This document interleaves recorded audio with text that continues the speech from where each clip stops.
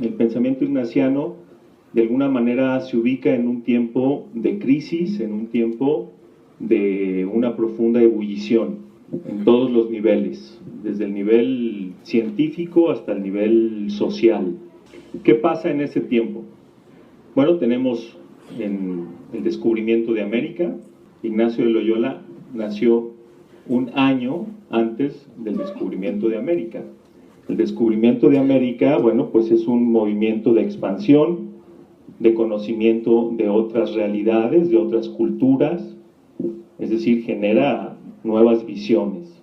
Es una apertura fundamental. Otro aspecto importante es la Reforma Protestante con Lutero, situación que, como sabemos, llevó a un cisma en la Iglesia. De hecho, la Compañía de Jesús va a encabezar la contrarreforma. Carlos mencionaba el Renacimiento. Yo he hablado de la modernidad. La modernidad es un proyecto de emancipación humana que se abrió con el Renacimiento, posteriormente la Ilustración, otros aspectos fundamentales, la Revolución Francesa, la Revolución Industrial. Estoy hablando de un periodo muy largo, por supuesto, pero todo eso son elementos fundamentales para hablar de una vuelta a las fuentes en el Renacimiento, de la importancia también del arte, la importancia de la ciencia y la técnica, un despliegue fundamental de la ciencia y la técnica, etc. Es decir, es un tiempo de mucho movimiento en todos los sentidos, en el ámbito científico, en el ámbito social, en el ámbito cultural, etc. Y ahí nace la Compañía de Jesús, ahí nace este pensamiento. Señalaría que me parece que en esta mirada de San Ignacio al mundo, que es lo que nos reúne hoy, sí hay dos, puede haber más, ¿no? Pero yo quisiera fijarme en dos y extenderme un poquito más en la segunda. La primera es un movimiento que comienza unos siglos antes, sobre todo el siglo XIV y XV, se le llamó la devotio moderna. La devotio moderna era una vuelta, un redescubrimiento, vamos a decir, de la interioridad, del ámbito de la interioridad que contrastaba ante una religión que se veía como más cultural, más de prácticas exteriores, más de normas, y entonces como que existía se empieza a generar esta necesidad de este retorno al interior. Y la devoción moderna a su vez tenía como antecedentes una corriente muy poderosa y muy interesante que se llaman los místicos alemanes, sobre todo el maestro Eckhart y Tauler. Es un pensamiento sobre las homilías, los sermones, dijéramos, del maestro Eckhart fueron muy famosos y incidió mucho en que se fuera constituyendo este movimiento de la devoción moderna. ¿Por qué? Porque la espiritualidad de San Ignacio va a estar también muy centrada y va a ser muy fundamental para él este retorno a el mundo interior y esta búsqueda de una liberación interior.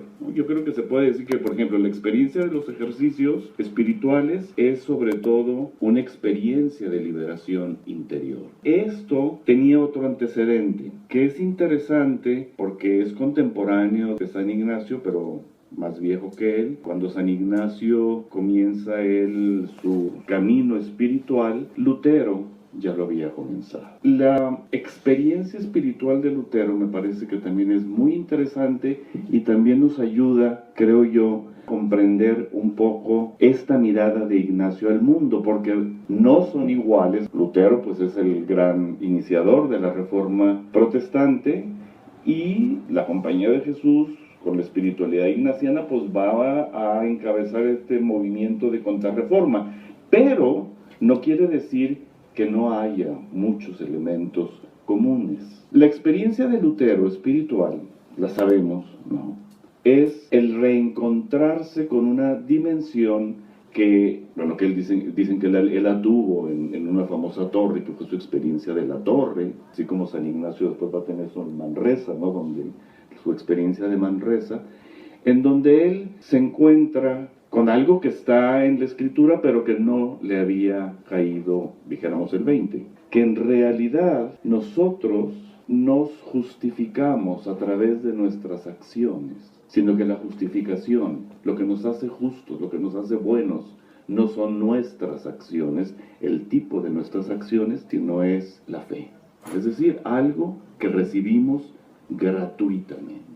Esto para él fue una revelación, y ya sabemos que se va a causar mucho revuelo porque también está puesto y esta experiencia surge en este contexto, sobre todo el contexto de la construcción de la Basílica de San Pedro y todo lo que se hizo de las indulgencias y la venta de indulgencias y todo aquello. Es algo, dijéramos, sencillo y muy actual, pero algo en lo que San Ignacio también va a coincidir muchísimo, que es este asunto, ¿no? El asunto de que finalmente nosotros no nos salvamos por nuestras acciones, sino que es, de entrada, Dios gratuitamente en su amor nos justifica y nos hace buenos.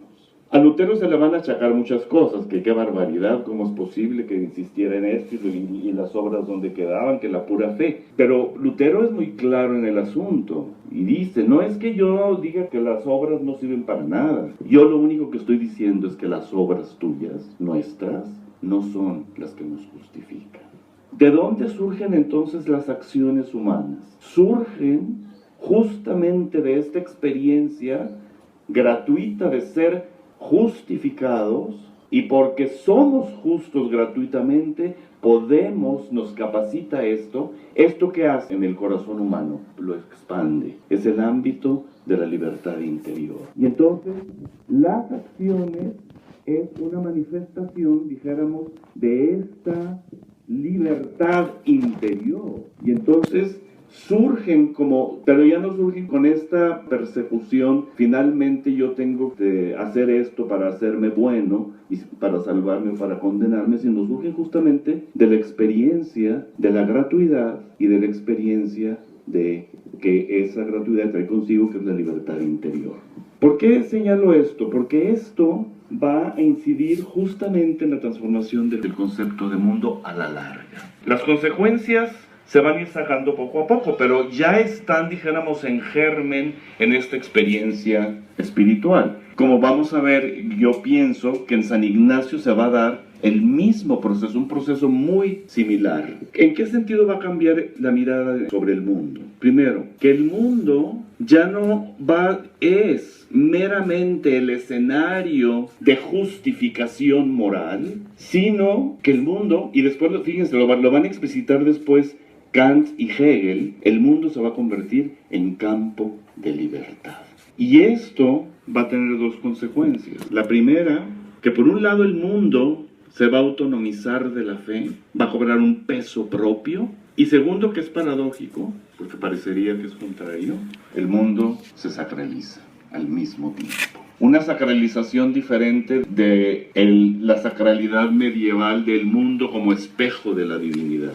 Diferente. Entonces el mundo se empieza a convertir en ámbito, el mundo de la realización humana libre. Y las acciones humanas van a empezar a cobrar dos sentidos que van a ser importantísimos para la construcción del mundo moderno. La primera es la acción como gratuidad de la libertad y la acción en tanto que realización de la libertad en el mundo. Y la sacralidad del mundo, ¿en qué va a consistir? El mundo es sagrado porque es en el mundo, en este campo de realización de la libertad humana, en donde se va a vislumbrar a través del éxito o a través del resultado de nuestras acciones la felicidad futura. Y entonces el mundo se convierte, y eso lo señala en su comentario a la carta a los romanos o a los gálatas, Lutero lo señala, es decir, el mundo, la acción humana en el mundo es un anticipo, y entonces el mundo va a quedar sacralizado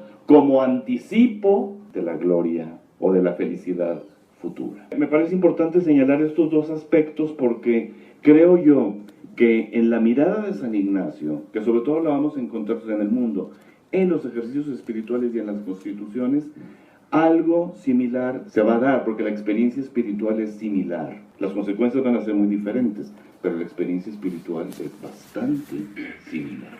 Nada más decir que, bueno, esa presencia de Dios en el mundo, habitándolo y recreándolo, y como experiencia de gratuidad, efectivamente en Lutero encuentra una expresión importante, pero pues viene de San Pablo fundamentalmente, ¿no? O sea, siglos atrás ya ha sido planteada en que lo que nos justifica es la fe en Jesucristo, lo que nos salva es su gracia precisamente y no las obras, pero digamos estalla en este momento y abre.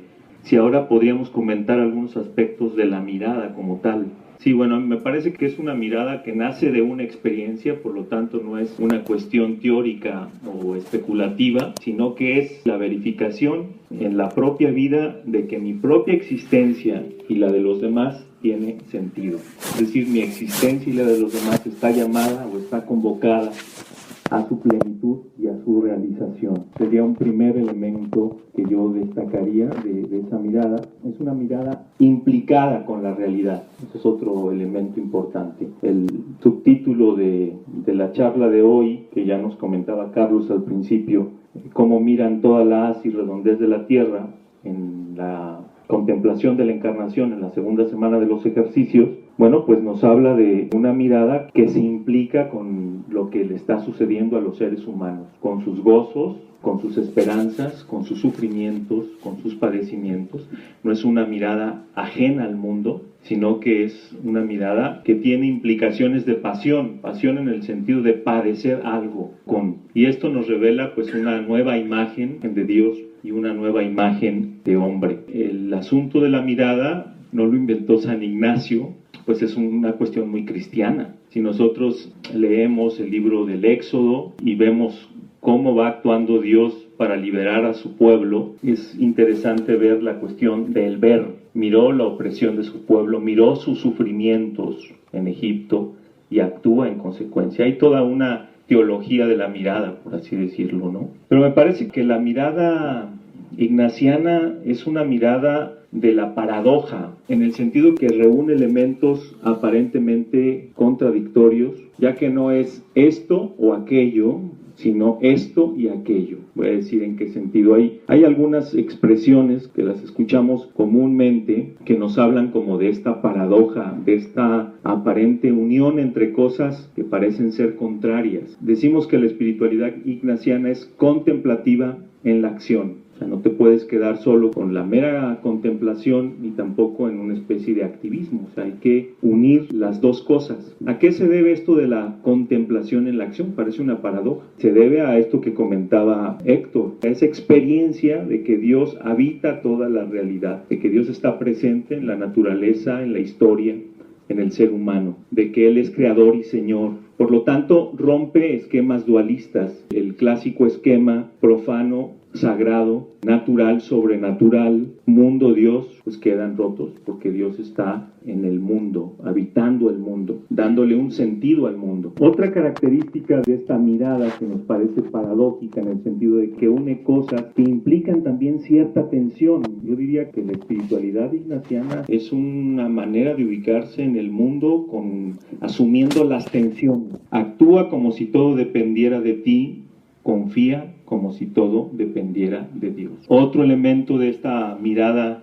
de la paradoja, pues es una mirada entre la indiferencia y el magis. O sea, se te piden las dos cosas. Indiferencia no es, pues me vale todo lo que pasa en el mundo, soy muy indiferente, sino indiferencia es una gran libertad para realizar las cosas en la vida, para amar, teniendo como absoluto a Dios y todo lo demás como medios.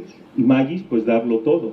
Ese es el título de una de las revistas de esta universidad. Utilizar las cosas en tanto cuanto me ayuden a conseguir el fin para el cual he sido creado, dice el texto del Principio y Fundamento, pero usarlas solamente deseando y eligiendo lo que más me ayude para alcanzar ese fin. Pues yo encuentro esas características de esta mirada. ¿Cuál sería la visión ignaciana de la historia? ¿O cuáles son los supuestos sobre la historia que están en el pensamiento de Ignacio? Creo que está muy relacionado la forma como la experiencia espiritual de San Ignacio lo va a llevar a mirar el mundo y lo que después se va a ir configurando, porque bueno, en el siglo XVI todavía no está configurado, dijéramos, intelectualmente hablando, una concepción filosófica de la historia sí está muy vigente la concepción teológica de la historia heredera de San Agustín, de la ciudad de Dios. Finalmente, la historia es la realización de las acciones humanas en el mundo. Esta mirada de San Ignacio al mundo, de la que se va a desprender toda esta serie de tensiones que señalabas ahorita tú, Poncho, ¿no? Que son muy propias de la experiencia espiritual de San Ignacio. Quisiera señalar 2 puntos, porque estos 2 puntos creo que van a incidir en la cuestión de la historia, de la forma como podemos nosotros tratar de derivar la visión histórica de San Ignacio. Hay un sentido en que San Ignacio habla muy negativamente del mundo y otro sentido en que habla positivamente, pero son 2 sentidos diversos.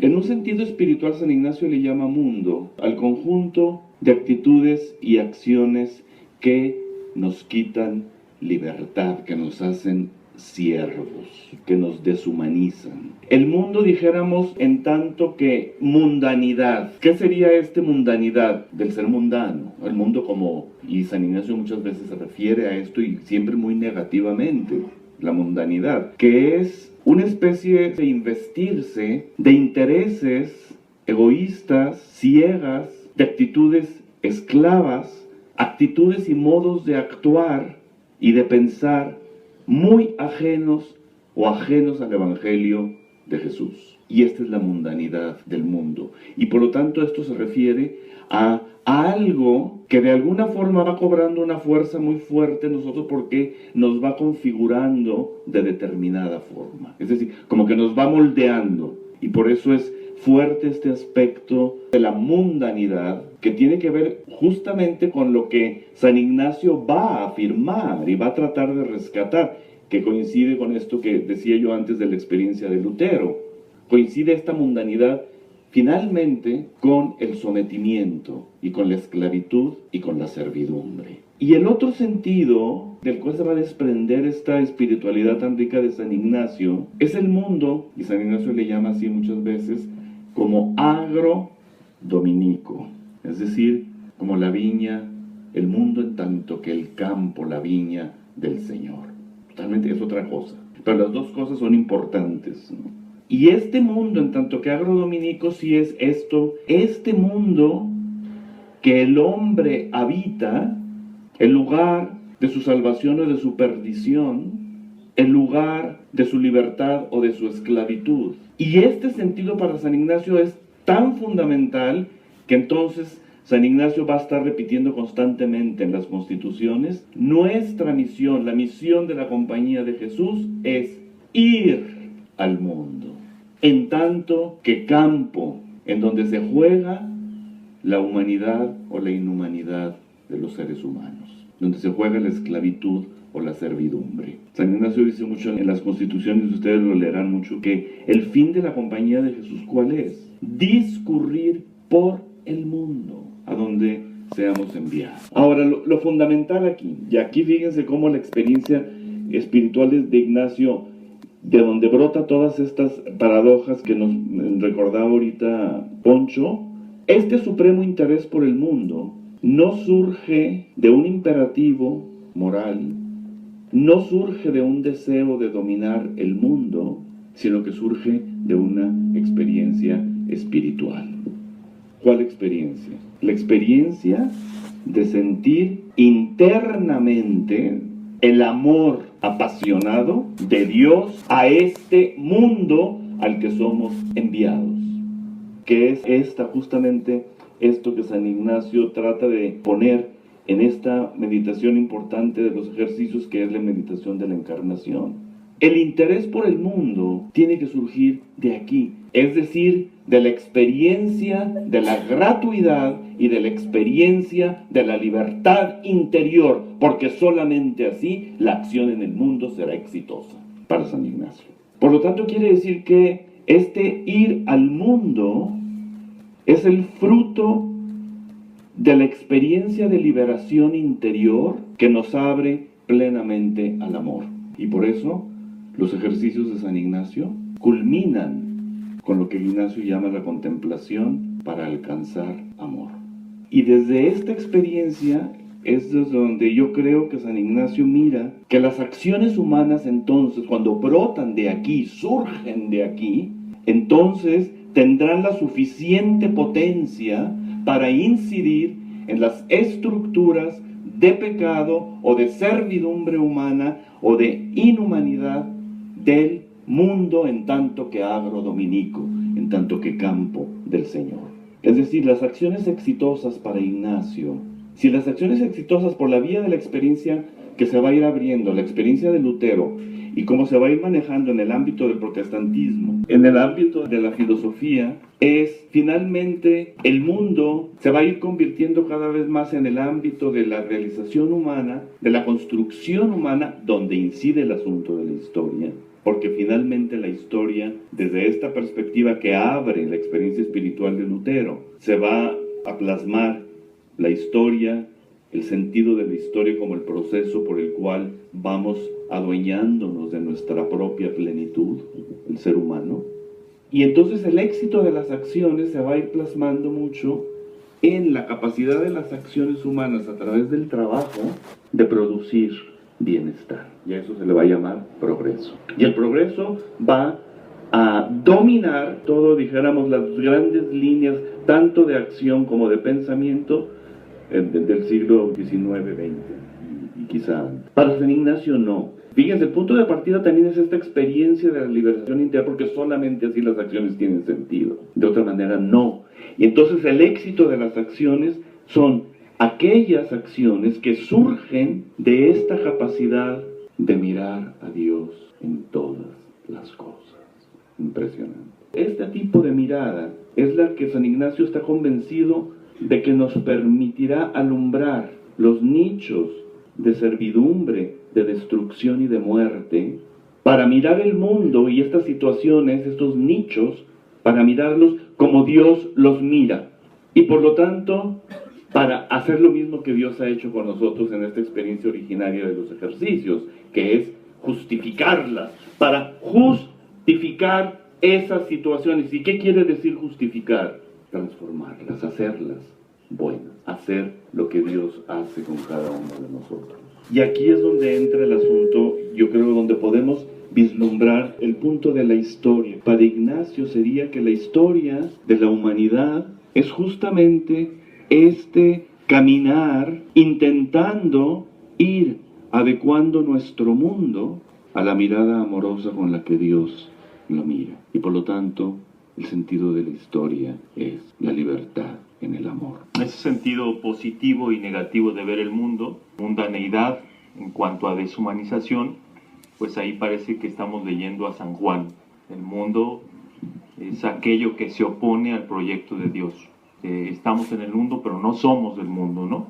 El otro asunto del mundo como recreación y posibilidad de la libertad humana para la realización del ser humano, yo señalaría también que no son dos historias como paralelas o que corren una arriba y otra abajo, una especie de un primer piso y un segundo piso, la historia humana y la historia de la salvación. Digo que nos ha costado mucho comprender que es una sola historia, que la historia de los seres humanos es también esta historia de la realización de ellos que anhela o desea Dios. ¿Cómo acontece ahí Dios? Pues no como una especie de sobreposición, como una especie de imposición de algo mayor, sino el interior de la persona, en esta experiencia espiritual de la que está hablando Héctor, en sus deseos más profundos, en sus anhelos de libertad, en sus anhelos de bienestar para él y para los demás. Allá acontece Dios en esa historia, que es una sola. Digo, el Concilio Vaticano II nos ha recordado esta sola historia, pero a veces somos preconciliares. No sé por qué nos cuesta tanto, si ya desde el siglo XVI está presente como este dinamismo, todavía seguimos como dividiendo la historia y dividiendo los mundos. Unos mundos que le pertenecen a Dios y quién sabe quién, a los santos o a no sé quién, y otros que le pertenecen a unas realidades que tienen su propia lógica y donde excluimos a Dios de esas realidades. Y lo que estamos diciendo aquí es que Dios está presente en todo, habitándolo todo, recreándolo todo, ¿no? Este punto que señalas, Poncho, sí vale la pena pensarlo, porque sí creo que es importante dar una respuesta o poder vislumbrar algo en el ámbito de estos problemas de la posmodernidad con respecto a la historia, o del final de la historia universal que se dice ahora, así. Ya no podemos hablar más de la historia de la humanidad porque la humanidad ya no existe. Lo que tenemos son diferentes culturas y por lo tanto lo que tenemos son diversas historias y por lo tanto ya no tiene sentido hablar de una historia universal. Esto plantea un reto, dijéramos, a la reflexión teológica, sí, porque desde el punto de vista teológico la historia sigue siendo historia de la humanidad universal. Entonces, sí creo que son de estos aspectos que la teología tiene que repensar y replantear para ir, dijéramos, iluminando este aspecto, que sí tendríamos que llegar a esta mirada de una sola historia, pero creo que es como el programa, tal vez, ¿verdad? Habría que ver cómo se llega a ello. Tenemos ya algunos elementos, algunos ingredientes de la mirada ignaciana sobre el mundo y sobre la historia. Tenemos algunos elementos que nos ayudan a entender de qué tradiciones se nutre esta mirada y en qué contexto histórico se forma. ¿Eso qué nos dice a nosotros, a qué nos llama, a qué nos interpela en nuestra circunstancia concreta hoy, México, el mundo contemporáneo, desde nuestro hoy y de nuestro lugar en el ITESO como profesores, como académicos, como universitarios? ¿Qué nos dice todo esto? ¿A qué nos llama todo esto en nuestro hacer cotidiano? Bueno, la pertinencia que puede tener este pensamiento jesuita, por llamarlo de alguna forma, yo creo que tendría como varios elementos para tenerse hoy en cuenta. Uno es, me parece a mí, partir del propio contexto, partir de nuestras propias realidades. Si algo tiene esta tradición es que está anclada en lo que hay, no en lo que debería ser como principio, aunque sí tiene una especie de finalidad, por supuesto, pero hay que partir de la realidad, así como esa mirada ve lo que acontece en el mundo y toma partido por él, pues yo creo que la realidad como punto de partida sigue siendo un elemento muy importante, sobre todo frente a ciertos idealismos o frente a los manuales para ser feliz. En nuestro tiempo hay manuales para ser feliz, hay como pasitos donde usted va a obtener la felicidad. Parece que no parten de la realidad, ese tipo como de planteamientos, ¿no? Otra cuestión importante es asumir las tensiones. Es una espiritualidad que se ha caracterizado a lo largo de la historia por unir aquello que parece contrario. O sea, eso de ser contemplativos en la acción es asumir una tensión. Yo creo que sigue pues, siendo realmente importante tenerlo en cuenta. Impulsar un estilo abierto al mundo y a sus desafíos, ese es otro elemento, ¿no? Bueno, esto en la universidad tendrá gran relevancia este asunto, ¿no? Estar abierto al mundo. La universidad no tiene su sentido en sí misma, su sentido lo tiene en el servicio que pueda prestar a los demás, ¿no? Y en las necesidades de su entorno. Entonces la apertura al mundo es fundamental, sobre todo con los más vulnerables, pues son algunos elementos que señalaría. La mirada de San Ignacio, esto que hemos estado platicando, ¿a qué nos lleva hoy? Yo creo que primero a la urgencia de recuperar la libertad interior, que desgraciadamente hemos perdido. Una libertad interior que nos permita mirar el mundo en el que vivimos de otra manera. No necesariamente desde el trabajo como supuesto productor del bienestar, porque es el productor de la riqueza. ¿Cuántos años o siglos tendremos que esperar todavía para que se haga realidad este credo de la modernidad? La libertad, creo yo, que es cada vez más en nuestro mundo actual y nosotros un espejismo que se va difuminando en el horizonte de la masificación, de la depredación y de la ausencia de pensamiento. Y recuperar esta libertad interior creo que sí nos exige este proceso de desmundanización en el sentido de la mundanidad de San Ignacio. Una desmundanización espiritual. un tomar distancia de esta forma como hemos sido moldeados, porque finalmente nos podemos dar cuenta ahorita, pero ahorita que nos damos cuenta de que ya estamos moldeados. Tomar distancia de esta forma, de este haber sido moldeados y estar siendo moldeados por las exigencias del mercado, por las exigencias económicas, por el consumo, por la pérdida de sí mismo y por el rendimiento de mi propio destino al poder avasallador del dinero. ¿Y para qué nos hacemos tontos? Porque así vivimos. Y este proceso de desmundanización, de liberación interior, que me permita empezar a mirar las cosas de otra forma, incluso empezar a mirarme a mí con otros ojos, de otra forma, para apropiarme de mi propio corazón, dijéramos, y para descubrir, diría San Ignacio, mis más profundos deseos. Les quiero citar un trabajo que me acaba de entregar mis alumnos del curso que estamos ahorita en la maestría de filosofía. Ahorita que lo leía en la tarde, hay unos párrafos que son muy actuales. Esto gira alrededor del estudio que hicimos la semana pasada de Leviatán, de Hobbes. Y cito un párrafo. Sin duda, entre los reproches que se le harían desde una óptica contemporánea a Hobbes, encontramos un tema muy caro para el occidente de la posmodernidad, la libertad del individuo. Pero esta primera protesta refleja una gran ironía, a saber, el hecho de que hoy, lo irónico, que hoy el hombre se sienta libre. Como un individuo capaz de autodeterminarse y decidir el rumbo de su vida al margen de todo y por supuesto de todos, el hombre, a partir de la modernidad, se considera a sí mismo el arquitecto de su propio destino, representado por el espejismo del self-made man. Nos hemos creído el discurso, el credo publicitario que dicta que si posees tal o cual cosa o si has logrado acumular tal o cual cantidad de recursos, entonces eres realmente un hombre libre. Sin embargo, hoy se nos olvida con demasiada facilidad que todavía nos arrodillamos ante un rey, solo que a diferencia de otros tiempos, nuestro soberano es tal vez más perverso, menos evidente en la superficie, pero más poderoso en el fondo.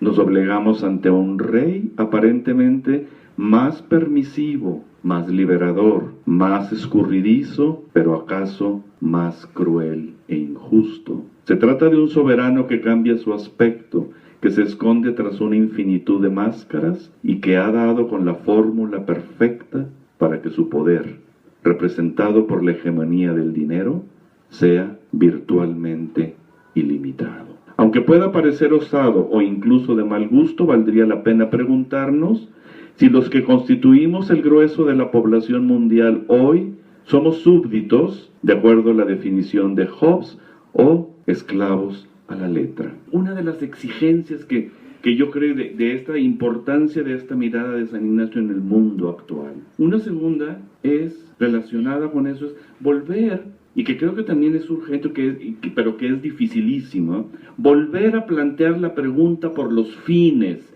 que queremos realizar. San Ignacio siempre insiste, buscar en todas nuestras acciones el fin para el que somos y hemos sido creados. Buscando en todas las cosas realizar el fin para el que somos creados, lo repite, ¿no? Y fíjese cómo hoy ya nadie nos preguntamos realmente por el fin de mi propia vida, ni por su sentido. ¿Por qué no lo hacemos? Porque pensamos que el fin ya está dado, que ya está determinado, y que ese fin determinado es justamente el progreso. Y ya no somos capaces de preguntarnos eso, ni siquiera somos capaces de ver qué demonios hay detrás, qué contiene esa palabra, progreso. Y por lo tanto, lo triste hoy es que todo se ha vuelto cuestión de medios. ¿Por qué creen que la técnica es la reina y seguirá siendo la reina indiscutible? Porque la técnica se trata de medios, puros medios y más medios. Pero jamás la técnica se preguntará, no puede hacerlo. Ni la tecnología más avanzada no lo puede hacer. Y todos son técnicas ahora. Técnicas. ¿Para qué fin? Ya lo tenemos. ¿Para qué queremos otro fin? ¿No? Y entra en el nivel de los medios, está entrando todo. La ciencia es un medio ya. La vida profesional es medio también, es técnica. E incluso la educación universitaria. Y creo que lo tercero sería el desde esta experiencia, porque yo insistiría que para San Ignacio es clave este nexo, desde esta experiencia, ir al mundo, pero ir al mundo entonces con esta nueva mirada y con este corazón esponjado que me permite realmente mirar a Dios en lo más difícil de mirarlo, que es en estas situaciones que vivimos en el siglo XXI. Y sin embargo, mirar a Dios en todas las cosas, ¿no? ¿Cómo hacemos con nuestros alumnos para que vean el fin antes de ver el medio o la técnica? Donde ellos buscan día con día dónde está el fin, dónde está mi fin. Y es difícil entablar un lenguaje donde digas, este es nuestro fin. En una universidad que está en el mundo y en una época y en un tiempo donde está Dios. O sea, la técnica siempre será un medio, nunca la podremos convertir en fin. Y alguien decía que, claro, los medios son medios de acuerdo al fin que se busque, que se persiga, ¿no? Sí es cuestión de reorientar la técnica, y eso es una tarea titánica. Y es una tarea que no estamos haciendo, porque no sabemos ni siquiera cómo. Y por lo tanto yo creo que tu pregunta sí es muy importante y que señala justamente la enormidad de un trabajo, ¿no? Porque no es cuestión de señalarle a los alumnos sus fines, es cuestión de enseñarlos y de irlos conduciendo a que ellos mismos lleguen justamente a cuestionarse y a cuestionar el mundo en el que vivimos. Eso es, yo creo que abrirles el campo justamente de esta liberación interior, de esta libertad interior, que es lo que me va a permitir esto, ¿no? Apropiarme y que yo pueda ir llegando a formularme la pregunta. No la van a responder. Yo creo que los problemas que están planteados ahorita no los podemos solucionar, yo creo que en el resto de nuestra vida. Pero yo creo que sí podemos empezar a caminar, a intentar caminar de una nueva forma. Intentar al menos ir. Por ejemplo, los maestros. Me parece a mí muy importante que los maestros realmente podamos tener esta capacidad de este horizonte interior para mirar las cosas, para mirar el mundo, para mirar nuestro propio trabajo y lo que estamos haciendo y lo que esperamos de nuestros alumnos, y para poder ir aportando algo a que nuestros alumnos puedan ir realmente afrontando su propio corazón. Digo, se oye muy bonito, pero no se quiere hacer a veces. Podemos volver al tema tan trillado de cómo es posible, ¿no?, que vaya habiendo cada vez más este espacio y este hueco, no en la capacitación profesional de los alumnos de la universidad, realmente en su apropiación de sí mismos como seres humanos y por lo tanto en su libertad interior. En el principio y fundamento queda muy claro aquello de los medios y de los fines, a propósito de lo que estamos aquí tratando, pero más bien ya como una crítica, dado que los medios se han convertido en fines, ¿no? Ahí el único absoluto es Dios y todo es un medio para la realización humana, técnica, la ciencia, cualquier tipo de recurso está en función de la plenitud del ser humano. Y el mismo ser humano no ha de ponerse tampoco en el lugar del absoluto, porque no es absolutamente absoluto, sino tiene una cierta relatividad al ser creado, absolutamente relativo, por decirlo de algún modo, ¿no? El tema de los medios y de los fines, pues sí es sumamente complejo, ¿no? Y apelar a la propia experiencia como un camino, yo creo que es pues una invitación que se nos hace, ¿no? A apelar a los deseos más profundos, a la propia libertad, a la interioridad, y abrir esos espacios, porque no se dan esos espacios automáticamente, ¿no? En el mundo en que vivimos pues es muy difícil darle tiempo a la interioridad y ir creciendo en libertad, que al mismo tiempo que es lo más deseado, pues también es lo más temido. El miedo a la libertad nos da miedo ser libres. Tú decías que las técnicas inherentemente no se pueden preguntar por los fines, eso es imposible, con lo cual puedo coincidir. Pero entre las cosas que convertiste en técnicas y medios fueron la formación profesional y la educación universitaria. Si lo combino con lo dicho antes, terminas con una afirmación tajante y desesperanzadora. Tu comentario posterior matiza, pero a mí me gustaría más ver la mirada ignaciana con la esperanza que con el diagnóstico tajante de eso que ya no tiene remedio. como lo pronunciaste, no creo que lo creas así. Yo tengo la fortuna de que toda mi formación fue con jesuitas. Y una de las cosas que aprendí es que no te tienes que preguntar nada, ya está dado el sentido de la vida. En un sentido muy amplio, el fin de la vida está dado, por lo menos para un creyente lo creemos, el famoso principio y fundamento de Ignacio. Pero es un fin que sí está, dijéramos, dado, pero que tenemos que ir justamente en este ir al mundo, se tiene que ir concretando en este mundo. Y la configuración, por lo tanto, de este fin va a ir variando muchísimo para que realmente se convierta en fin, porque si no sería una finalidad totalmente abstracta. Sí podemos conversar más después, quizá en otro momento, sobre esto que te parece un poco desesperanzador. Sí, hay que exagerar las tintas negras para ver, sí, aunque sea para conmovernos un poco diciendo es cierto, no estamos así, ¿no? Pero sí es cierto, yo sí creo que no es asunto de poca importancia la situación de la educación universitaria y el sentido de la formación o de la capacitación profesional hoy. Y no me refiero solamente que sea un problema de esta universidad, no. Aquí es un problema y lo va a seguir siendo, pero es un problema generalizado. Y yo creo que sí es un tema que sí vale la pena. No lo digo con desesperanza, pero sí lo digo porque decir, bueno, pues al menos a mí me parece que esto está sucediendo. Sea desesperanzador o no lo sea, no lo sé, pero me parece que sí está. No lo digo porque no digo, y ahora vamos a cruzarnos, no, sino por lo menos es bueno oír estas cosas y preguntarnos, y decir, bueno, pues ¿qué? ¿Sí será cierto? ¿No será cierto? ¿Por qué? ¿Cómo? ¿O qué podemos hacer? Para ir como cambiando, modificando, justamente justificando lo que decíamos, ¿no? Justificando como Dios nos justifica, es decir, haciendo bueno, cambiando. Aquí se ha mencionado la palabra libertad, la palabra plenitud. ¿Cómo se concreta eso cada día? Porque si no vuelve a quedarse esto en un abstracto. ¿Qué entiendo y vivo yo por eso?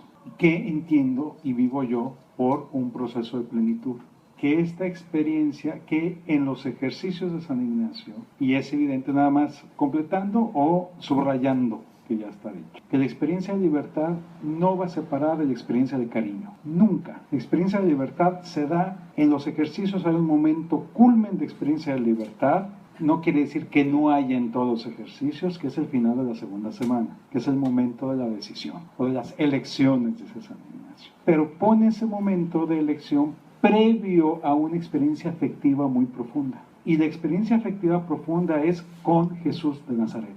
Y toda la dinámica de los ejercicios en el punto de contemplaciones que son profundamente afectivas tienen un correlato que es Jesús de Nazaret. No hay más. Esos son los ejercicios. Esta experiencia de libertad siempre tiene el correlato del afecto, evidentemente, no, del cariño, si no, no hay tal libertad. No son sinónimos, pero no van separados. Nada.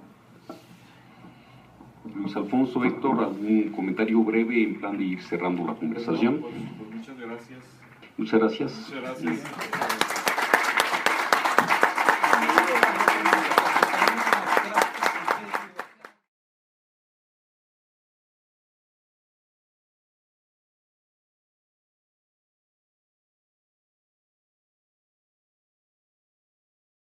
ITESO, libres para transformar. Universidad Jesuita de Guadalajara.